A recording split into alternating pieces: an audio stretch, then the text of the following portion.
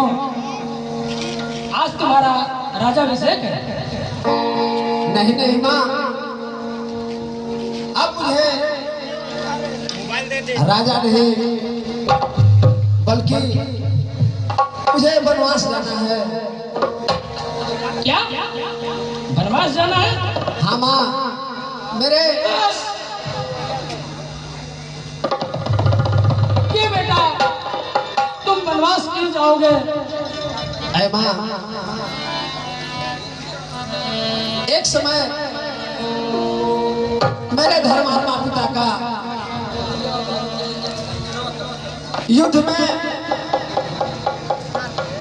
माता कैकेयी ने सहायता की थी।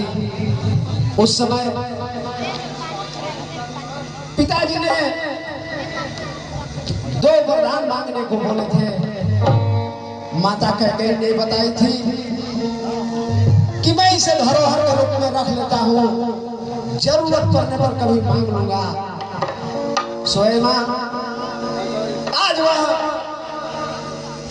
जो 2 वरदान थे वह वरदान माता कैकेयी ने पिताजी से मांग चुकी। पहला वरदान मेरे भाई भरत का राज तिलक और दूसरा मुझे 14 वर्ष के लिए वनवास। सुहेमा, मैं तुम्हारे पास आज्ञा लेने के लिए आया हूँ, मुझे वन जाने की आज्ञा दो। नहीं है बेटे, मैं आज्ञा नहीं दे सकती। तुम वन नहीं जाओगे, तुम भी तो मेरा बेटा हो। बेटे तुम वन मत जाओ बेटे। अगर तुम्हारे पिताजी ने कहा है, मैं भी तुम्हारी माता हूँ, मैं कहती हूँ कि तुम्हें वन नहीं जाना है। पिताजी का दिया तो क्या हुआ? माँ, तुम एक चक्रवर्ती राजा की बात को इस तरह ठुकरा रही हो। तुम्हें यह पता होगा कि अपना वचन को पूरा करने के लिए महाराज शिव ने अपने शरीर को बोटी बोटी कर दिया था और महाराज हरिश्चंद्र ने वचन को पालन करने के लिए अपने पुत्र और पत्नी को कई काशी में बेच दिया था। ऐ माँ, तुम उसी कुल की बहू रानी हो और तुम इस तरह की बात करती हो। माँ, इस तरह का बात बुद्धिजीवी बहू रानी नहीं करती। ठीक है राम, जब तुम इतना जिद करते हो तो तुम्हारे साथ वन को मैं भी चलूंगी। मैं तुम्हें अकेले नहीं जाने दूंगी। नहीं नहीं माँ, तुम इस तरह की बातें नहीं करो। पिताजी विचलित अवस्था में पड़े हुए हैं और तुम मुझसे वन की ओर चलने की हट कर रही हो। ऐ माँ, पहले पति फिर संतान। सुहेमा, यही दुनिया का सर्वश्रेष्ठ है। तुम यही रह करके मेरे पिताजी का सेवा करो। विनय करो कर जोर कर, सुनिए नाथ मोर, मैं भी वन को जाऊंगी, पाऊं हुकुम जो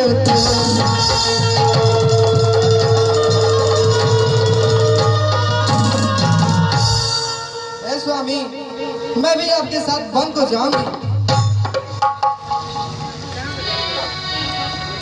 नहीं नहीं सीते, अगर तुम वन को चले जाओगे तो ये तुम्हारे जो पैर मखमल पर हमेशा चले हैं, वन में अनेकों प्रकार का कंकड़ पत्थर, अनेकों प्रकार का कष्ट है। तुम उस कष्ट को को कैसे सह पाओगी? सो हे सीते, तुम यही रह करके मेरे माता पिता का सेवा करना। नहीं नहीं नाथ, हर आर्य स्त्री के ये होती है कि पति ही सबसे परम पूज्य है। भाई बंधु माता पिता ये सब पीछे रहते हैं, सिर्फ साथ रहते हैं तो सिर्फ स्वामी। इसलिए है नाथ, हमें भी अपने साथ वन को ले चले। हे पुत्री, कम से कम तुम तो ऐसा मत करो। तुम मन को बच जाओ पुत्री, तुम्हारे बिना मैं कैसे रहूंगा? नहीं नहीं माँ, जिसने महल से कभी पाँव धरती पर नहीं रखी, वो बन के कंकड़ कांटों में कैसे चलेगी बेटी? तुम मत जा, तुम मत जा।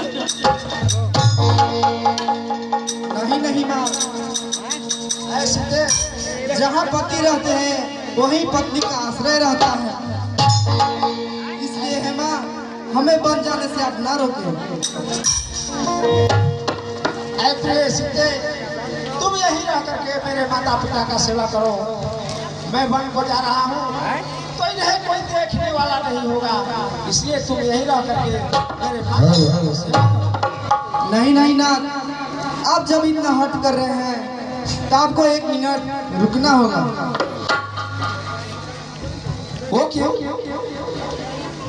आप वन को जा रहे हैं और मुझे अकेले छोड़ रहे हैं, इसलिए मेरे अग्नि को चीता कौन देगा? ठीक है फिर, जब ऐसी बात है तो वन चलने की तैयारी करो। समाचार जब लक्ष्मण पाए, व्याकुल बिलख बदन उठी जाए। जनक दुलारी के सही ने हम सब तोड़ पन खंड को जात हो, मुझे कौन पर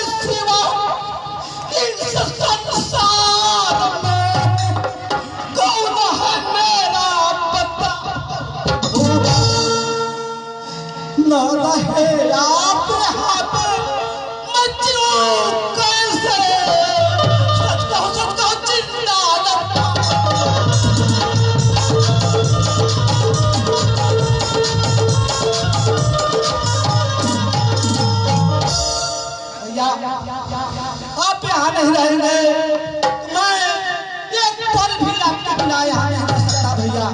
आप भी मुझे साथ ले चले। अरे भाई लक्ष्मण, तुम ऐसा हट नहीं करो, क्योंकि यहाँ भरत और शत्रुघ्न भी नहीं है, ये दोनों ननिहाल में है, और हम और तुम सिर्फ यहाँ हो। अगर हम दोनों वन को निकल जाएंगे, ये माता पिता का सेवा कौन करेगा, या राजकाज कौन देखेगा, या राजकाज देखने में सहायता कौन करेगा? तो हे भाई, तुम यहीं पर रह करके माता पिता का सेवा करो और राज्य चलाने में पिताजी का सहयोग करो। हम लोग 14 वर्ष का वनवास काल पूरा होते ही वापस आ जाएगा। मुझे छोड़ के न जाओ